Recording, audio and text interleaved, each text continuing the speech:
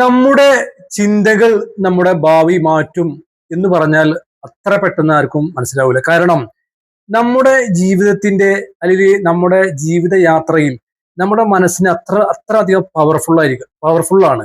എന്തെന്ന് പറഞ്ഞാല് നമ്മുടെ മനസ്സിൽ ഒരു സെക്കൻഡിൽ 60,000 ചിന്തകളാണ് കടന്നു വരുന്നത്. ഈ 60,000 ചിന്തകളിൽ 30,000 ചിന്തകൾ നെഗറ്റീവ് ചിന്തകളാണ്. അപ്പൊ ആ നെഗറ്റീവ് ചിന്തകളെ പോസിറ്റീവിലേക്ക് കൊണ്ടുവരിക എന്ന് പറയുന്നത് അത്ര ഈസി അല്ല. അവിടെയാണ് നമ്മൾ എങ്ങനെയാണ് നമ്മുടെ പോസിറ്റീവ് ചിന്തകളെ, പോസിറ്റീവ് അപ്രോച്ചിനെ നമ്മളെ ലൈഫിലേക്ക് കൊണ്ടുവരിക എന്ന് പറഞ്ഞാല് നമ്മൾ പ്രസന്റിൽ ജീവിക്കുക. ഇന്ന് ഈ നിമിഷത്തിൽ ജീവിക്കുമ്പോഴാണ് നമുക്ക് മനസ്സമാധാനം എന്ന സംഭവം കിട്ടുക. ഭാവിയും അതുപോലെ തന്നെ ഈ വർത്തമാനവും ഫ്യൂച്ചറൊക്കെ ഉണ്ടെങ്കിലും ഭാവി നമ്മളെ കയ്യിലില്ല, പാസ്റ്റ് കടന്നു പോവുകയും ചെയ്തു. ഈ നിമിഷത്തിൽ വർത്തമാനത്തിൽ ജീവിക്കുമ്പോൾ വളരെയധികം പീസ്ഫുൾ ആണ്, മനസ്സമാധാനം നമുക്ക് കിട്ടുകയും ചെയ്യും.